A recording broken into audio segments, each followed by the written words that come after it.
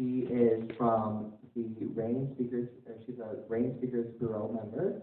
She was assaulted in Georgia 5 years ago, and she found help with her friends, or found help from her friends, and also from the side on the front. So,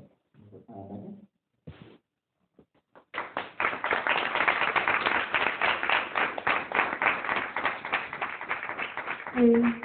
First off, I want to thank everybody for being here. Y'all are amazing, awesome, wonderful people for doing this and for sharing your stories and your talent. And it's making this a great evening. So give yourself a round of applause.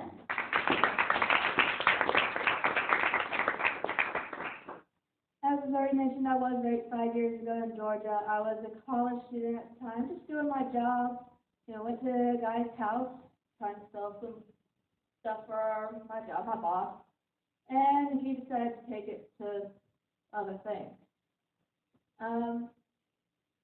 For the first 3 years, I really didn't have anybody to lean on. My friends and family didn't know what to say. They didn't know what to do.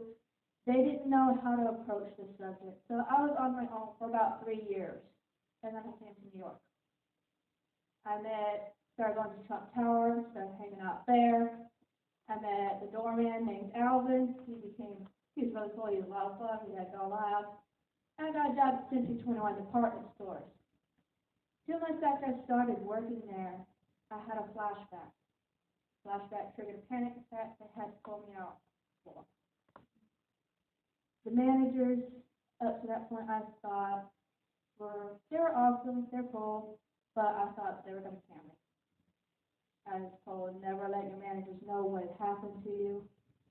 I was told never to let anybody know what had happened to you because they act like it's a disease. Like they could get hurt because you got hurt just from knowing you. So I expected the manager to bail on me. I expected him to try to get rid of me. He did the exact opposite. He stuck by me. He said, "What can we do to help?" And when I told him I don't have flashbacks when I'm on the register, he moved me off the floor and onto a register. He was always there to answer my questions. He was always there when I needed advice. And eventually, I learned to trust again.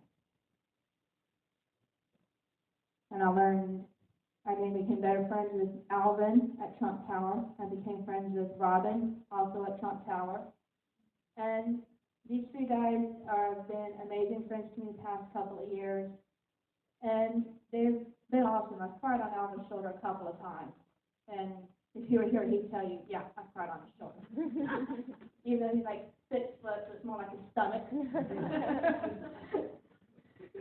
But, those first 3 years, when I was on my own, the only thing I had was some lessons I learned from Donald Trump in his book, Think Like a Billionaire. And in that story, in that book, he shared the worst times he's been through and how he got there. And he got there by acknowledging that, yes, it sucked. It's crap. He owed $900 million. I got raped. 2 totally different things, but they both suck. But while he acknowledged it, he said, it's not permanent. It's temporary. Yes, I'm hurt now. Yes, I'm afraid. Yes, I have a hard time trusting. But it's temporary. It's not permanent. It's not forever. It can change. So where do I want to be? Who do I want to know? What kind of person do I want to be when I rebuild myself? When the pain ends, when the fear ends, when it's over with, what do I want to be? And that was the lesson Donald Trump imparted on to me. No storm lasts forever. The sun still shines. And if I could, I would say thank you, Donald, for writing that book. I would say thank you, Alvin, Stefano, and Robin for being such great friends, Stefano for being such a great manager. And I would say thank you to anybody and everybody, whoever it was that taught these men the importance of respect, the importance of being there for somebody when they're hurt. I would say thank you, because what they did for me has allowed me to do the same for others, to allow me to teach others to do the same. So That's why I'm here tonight, to share that, to say that thank you, and to pass that story on. And thank you.